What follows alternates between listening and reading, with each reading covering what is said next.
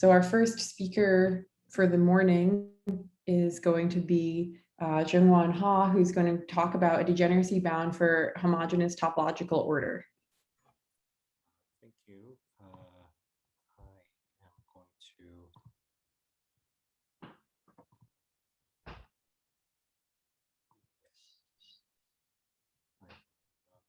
do you see my screen? Mm-hmm. Okay, I'm going to, yeah.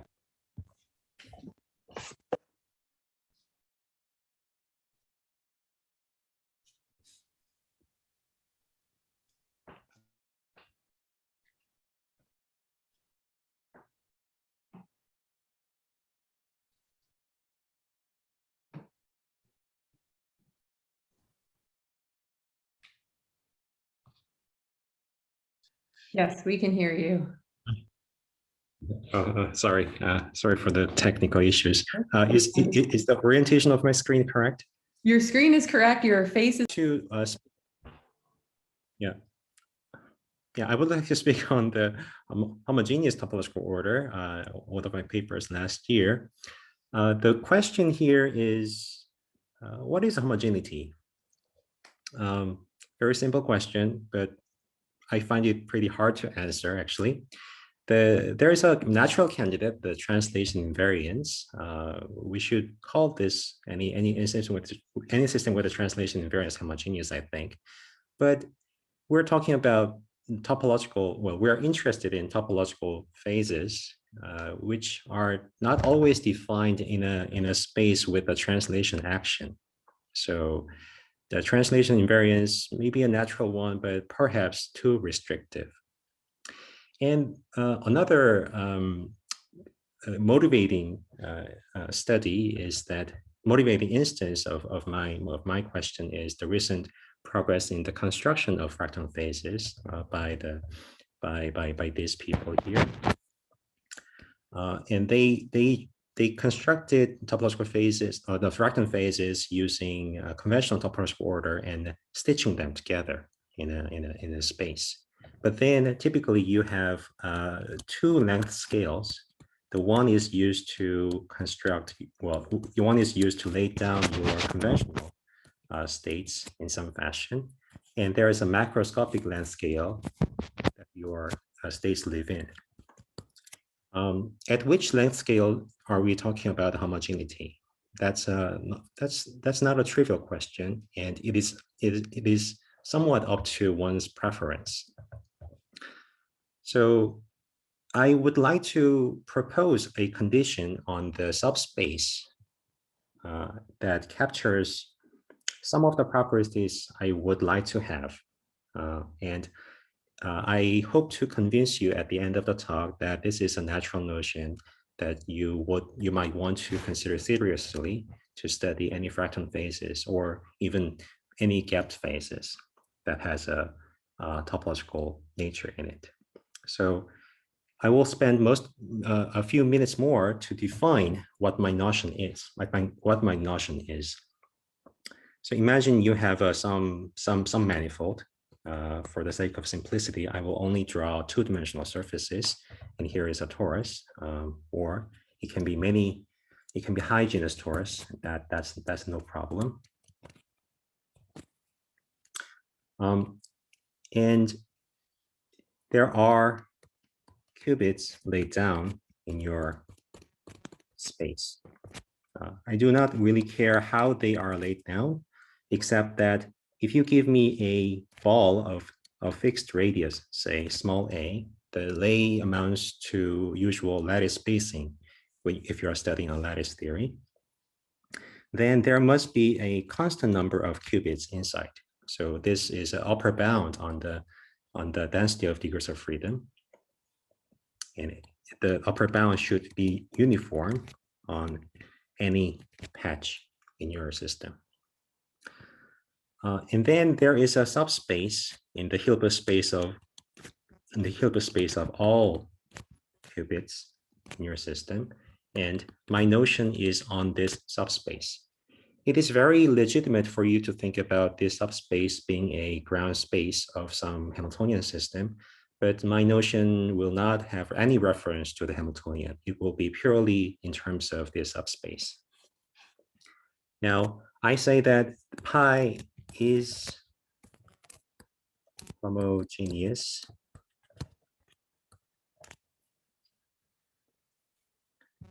if the following holds. So you give me a ball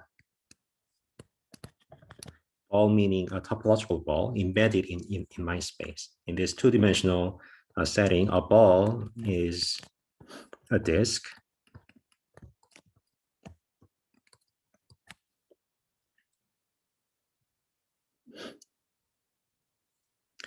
And you give me any linear transformation inside the pi. So a linear transformation O should commute with the projector. Well, let's call it, say, L. L is not bad. Yeah, let me keep it O. The linear transformation O should commute with my projector, and that's yeah. Then I should be able to find an equivalent operator V, such that it also acts within the subspace pi, and the support of V is not intersecting the ball.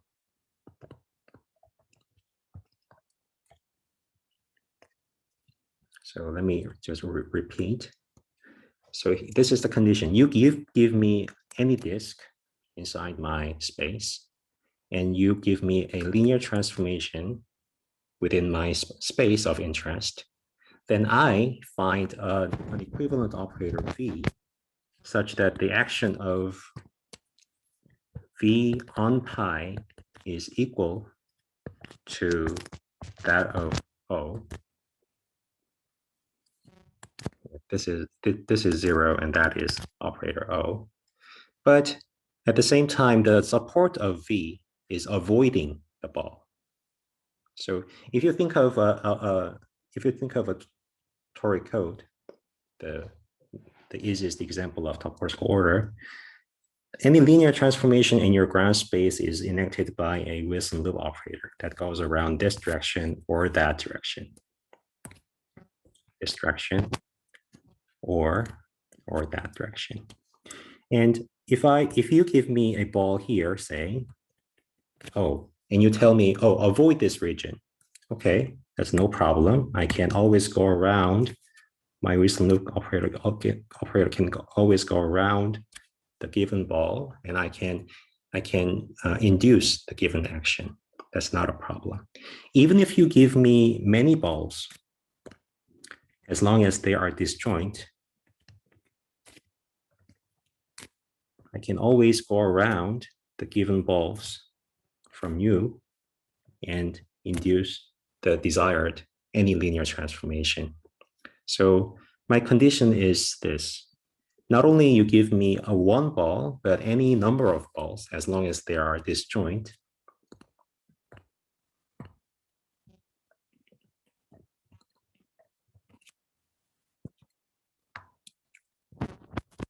And any linear transformation, I should be able to find the equivalent operator whose support avoids the given number of balls. That's my criteria. The consequence of that condition is non-trivial in the following sense. I did not specify what the subspace pi is, but it turns out if you demand this homogeneity condition, then the dimension of pi as a complex number. So basically, this is a log of the number of states in your Hamiltonian your Hamiltonian system may have in the ground space, is upper bounded by dependent constant times density of degrees of freedom. Diameter of the system. Diameter is defined by the distance between 2 points maximized over all pair of points, divided by the lattice spacing A, lattice spacing being in this case, the radius of the small ball I take when I calculate the density of degrees of freedom, raised to the power that is the dimension of your manifold. If it is surface, d equals 2. If it is a 3 manifold, d equals 3, and so on, minus 2. So this minus 2 is the most important number in this formula, in this bound. So if the bound is tighter, the geometry dependent constant C, this becomes just a genus, and all the geometry information is gone. Density of degrees of freedom, this factor is somewhat trivial. You can always stack on a number of some finite number of the same system, and your formula grow linearly on both sides. So this factor is rather trivial. In dimension 2, this factor is just a constant. So there is it, and the bound means that if you require my homogeneity condition, then there is a universal constant beyond which you cannot squeeze any further number of states in your ground space. And in 3 dimensions, the linear growth, the exponential in the linear system size is the fastest possible ground state degeneracy if your ground state subspace obeys my homogeneity condition. I am almost time, but let me try to deliver the intuition why this condition is satisfied by many examples. So in the conventional topological order, I already have explained it. The operators that act on the ground state subspace is always topological. The detailed shape of the support never matters, and you can always avoid any ball you choose, and that can be any number of balls as long as they are disjoint. And even in the fractal models, it is satisfied for the following reason. One theorem in the quantum information tells us that if you can avoid a region to act for some subspace, this is a schematic picture for avoiding the region, then that notion is equivalent to the correctability of that given region. You damage this certain ball, and then there is a recovery operation that you can apply so that recovery gives you your original state back. But in any fractal model, the damage to a ball region amounts to creating some excitation on that ball or slightly around that ball. And recovery operation amounts to making this state back to vacuum where there's no excitations left. But since you have acted on the ball by a local operator, you can always find a local operator to annihilate them. In the fracton case, you push the fractons towards the center of the ball. It will create another excitation because of the immobility of the fracton excitation. But nevertheless, there is some local operation that by which you can push the excitations towards the center. And at the center, they will fuse the vacuum with certainty. And you are back to the vacuum. And that amounts to the recovery operation. And so any ball can be corrected in this sense. And that is actually equivalent to the operator avoidance. So my homogeneity condition is satisfied for all known, much studied fractal phases. And this leads to a non-trivial mathematical question.